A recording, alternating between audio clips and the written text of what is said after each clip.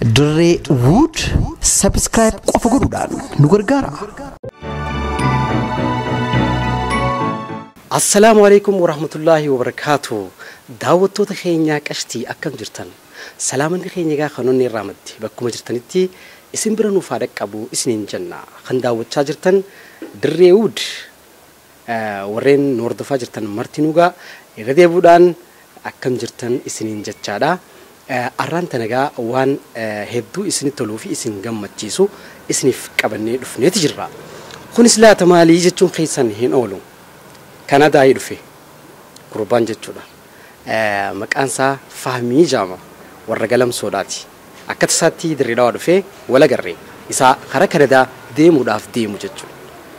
San booda waan tokkorra wal mari'anne wal gargaaruu fi wal deeggaruu waan jiru kamtu irra jira waan jiru irratti. Gaa'ininis yaada kiyya qaba. Nama gargaaruu daran deeggaruutu irra na gammachiisaa waan jiru irratti wal dubbanne. Wal deeggaruu gisee jennu nama tokko waan xiqqoo takka qabu waan xiqqoo irra ilaatee fi guddistee fi akka inni deeggarsa argatee yoo hojii jiraate gara hojiitti akka bobba'u yoo hojii aartii qabus akka hojii aartii san galmaan ga'uuf waan san irratti osuma haasoo jirru akka tasaatti wallisaa yookaan aartist Tujjaar Sufiyaan mooruma isaa keessatti bishaan baafateeti bishaan baafate sanirraa iddoo ittiin bulkeeta ittiin oomishan achumatti hojii jalqabe. Kaayyoon isaa guddaan Tujjaarii hojii hoggaan haasa'u ani aartii afaan Oromoo guddisuu waan hin jaaladhuuf jecha madda galii takka qabaachuun qabaa. Madda galii kana hoggaan asirraa galii arkadhe galii hanga takka masruufa manaatiif yoon godhe galii hanga takka immoo haachirra argamu aartii afaan Oromoo itti guddisuun barbaada. Yaada jiru tanaan dura waan wal mari'anneef jecha kanaan itti hime Faamiitti. Faamiinis gaa silaa waan guddaa godhuudha yaadni isaa hedduu jaalatee yaada kana. Garuu deemsi isaa guyyaa lamaa fi guyyaan sadii waan hafeef jecha biyya keessa eega dhufees gaa baasiin hedduun itti heddummaatee kanaaf maallaqa hedduun qabu. Bulkeeta inni oomishu kanarratti bulkeeta kana oomishuudhaaf maaltu isa barbaachisaa? Simintoodha. Kanaaf simintoo hanga qarshii 2,000 ta'u simintoo lakkoofsaan hanga habbaa 12 takka Tujjaar dalagaa kana akka ittiin gargaaramuuf gumaacha gama isaa godhe. Nutis gaa Tujjaar Sufiyaan bira bakka hojii isaa dheeyineeti Tujjaariin fayyaadee jajjabaadhu jechaadha. Akkasumas deebineeti simintoo 12 hanga qarshii 2,000 taatu akka Faamiin isaaf gargaarsa osoo hin taane deeggarsa akka godheef itti himnaa jechuudha. Isinis nu faana turaa nu hordofaa isiniin jenna. Saartuu caaltuu hayituu biroon haasaa kan sirba dhaynaa. Wajjoolle hojii warraan dhumtu kam taana haya mooyyee tana finnee dhufnaa xiqqoo nu eega. Ta'u lakki harka harkaan tumne hojii aanaa boqotta. Hayi mooyyee moo. Kayoo dhumni baatisa kayoo dhumni baatisa kayoo abdii biyyaa dhumni baatisa kayoo dhumni baatisa duraachisi dhumni. Tujjaar Sufiyaan. Tujjaar Sufiyaan. Assalamu alaikum. Wa alaikum salam. Shabana. Arraga as barbaada dhufne. Ayyee. Ati hojii godhi.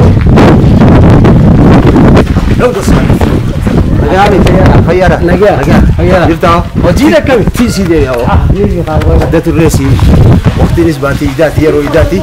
Asumaanuu warra baradaa kan bareeddu. Akkami? Wallahi barri bara buufaati. Hojiin hoo kami? Hin bareeddu.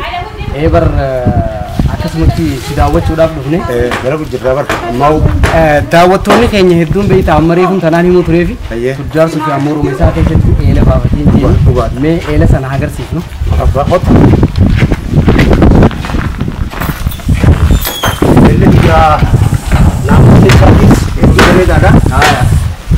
akkuma keetti akka ijoolleen daa'imni illee itti kufne taatu sirri qulqullinni isaa akka gaariitti eegamu. Ayyee dhugaatii fi akka mijaa'utti qulqullina isaa eeguudhaaf hulaa tana namni na dura akka ganta kanaatti eela dalagame keessa namni na dura eela hulaa isaatti dalagee bifa kanaan qopheessin jiru. maal wanni kun hundi tokko if eegumsa daa'immanii nagummaa isaanii eeguu fi qulqullina fayyaa namaa bishaan dhugaatii qulqulluu ta'uu.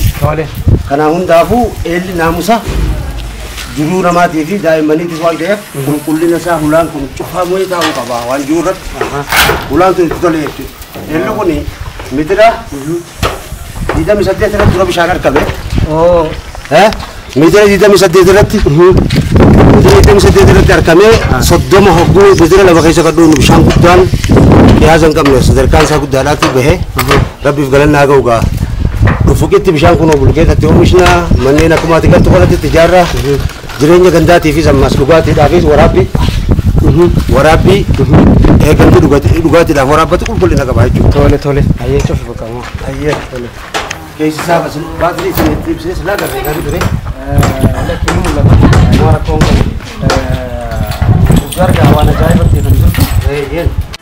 Okkee goroguutu Angash godi martu nasirku Tenaannoon nu banfuutu nasirku Tenaannoon nu banfuutu.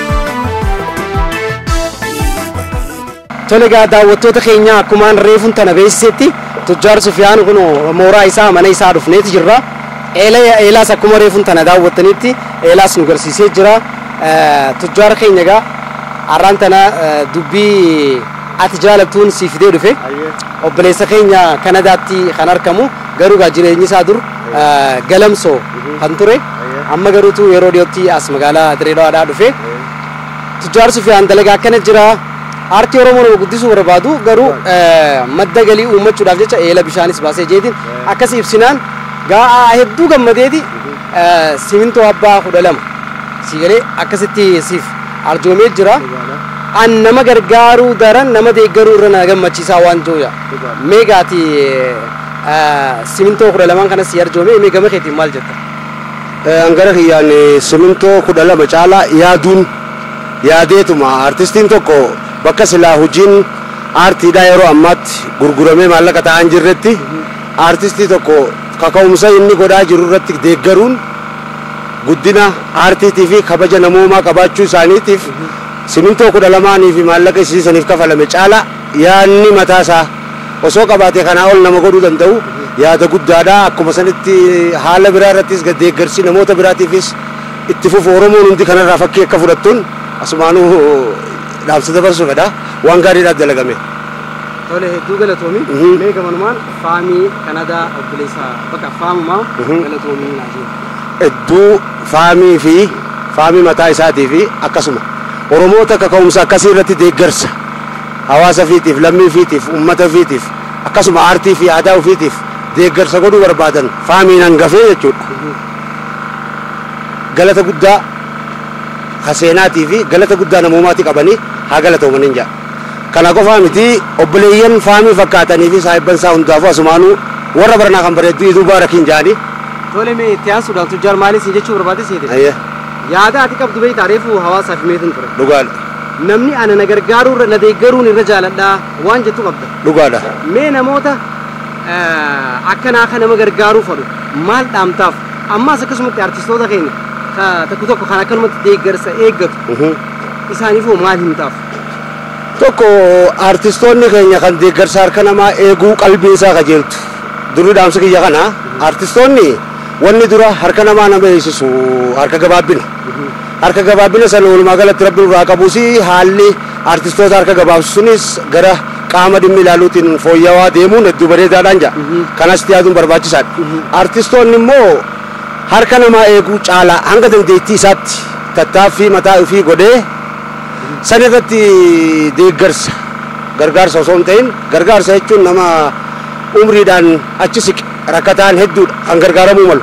Anis gargaaruun mala sana hanga dandeettii kiyyaa warra sana anis gargaaruun danda'a. Rakkataaf keessa jiruu fi nama umriin achi siqe walumaa galatti waan hin gargaaru jiraachuu mala hanga dandeettiitti. Kanaa miti deeggarsa kaka'umsa hojiidhaatiif artistoonni godhuu fi akkuma biraatti hawaasni bal'aanuu godhu irratti deeggarsi barbaachisaadha. Isaan ammoo ta'anii gargaarsa eegan sun gara kaka'umsa ofiitti ol siisanii isteeppii isaanii ta'uu siqaa jirtu irratti yoo deeggarsa eeggatan cimaatii wal guddisaa waliin guddachaa deemnaa jechuu fedheeti. Tole Tujjaar keenya galatoomisiin jechaadha. Meegaa akkuma ammaan tanaa agarreetti eelaas qotattee jirta. Iddoo bulukeetatti oomishu dhayinee laallajeetiin dhufe bulukeeta immoo nagarree bakka biraatiin oofame. Bakki bulukeetaa mooraa kanatti aanu ammatti dhayinaa ammaan isin geessa. Iddoo bulukeetaa san dhaynee tochitti waan hojjetamaa jiru hojii qabatama. Tattaaffiin amma afaaniin himte kun hojiidhaan maalitti rakka jiru hojimaanuu walumaanuu laalla. Asiis sagaleen nujeeqaa jira. Sagaleen nujeeqaa jiru kun hangammaatti ifaa biyyoolessaa jechuudha. Ifaan naqannee humna ifaa naqachuu san baalamni deddeebiin kun waan hedduu naan mijaa'iniif dalagattis waan hin jiruuf eela baafadhee jenereetara bitee jechuudha. Jenereetara kanaan bakka silaa ifaan na fayyadu san humna ifaa na fayyadee bishaan kana boollarraa ol harkisaa. Bishaan inni irraa ol darbe birkaa uummanni irraa dhuguufis ni naqama.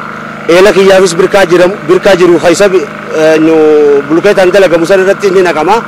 Akkasuma manneen dalagamaa jiru kun ammaan tana tuubboon asiin achi deemu kun armaataa mana ijaaramu jiru kanaaf naqaa. Olloota kana hunda tuubboon dheeraan kun akka ati gartutti olloota kana hundaaf maammilli naqatee irraa maallaqa galii bishaan qulqullina ta'uusaa jaalachuudhaan jechuudha.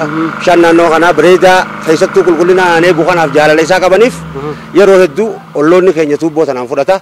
Kaan akkatti jiifamaanii kan maatii armaataa agartu kanatti inni kaanis gaa birkaa uummataatti kaanis bulukeetaaf hojii adda addaa laachaa jira jechuudha. Jenereetarri kun silaa jiraachuu baate ifaa humna ifaatiif rakkannoo waan rakkannuuf kanaaf itti fayyadamaa inni bitamee jechuudha. Tole hedduu galatoomi tujjaar taa'umsi ati hojiidhaaf qabdu dhugatti anillee hamilee biraan atti uume mee amma sududaan gara iddoo bulukeetatti.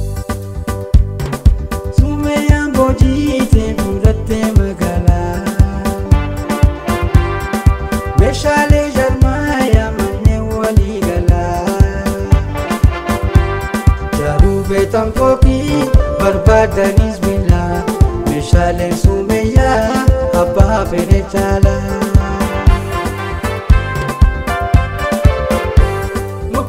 Sibilan biyya ala keessa kan garantii qabu sumeeyyaa dhiyeessa.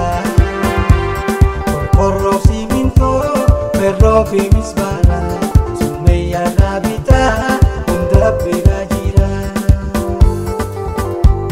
Tokkummaa si kanneen sumeeyyaa jaalalaa kanaaf meeshaan kalqee abbaa fedhe caalaa.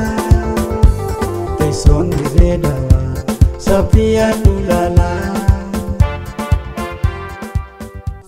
Nuti biyya jaarra malee biyyan diinu kanneen hojii konistirakshin irratti bobbaatan martinu namoonni manaa fi ta'ee gamoo jaaruu barbaadu. Meeshaa barbaaddan maraa'u gatii madaalawaa ta'e sumeeyyaa meeshaa walii gala jaarmee manneen irraa argachuu ni dandeessu.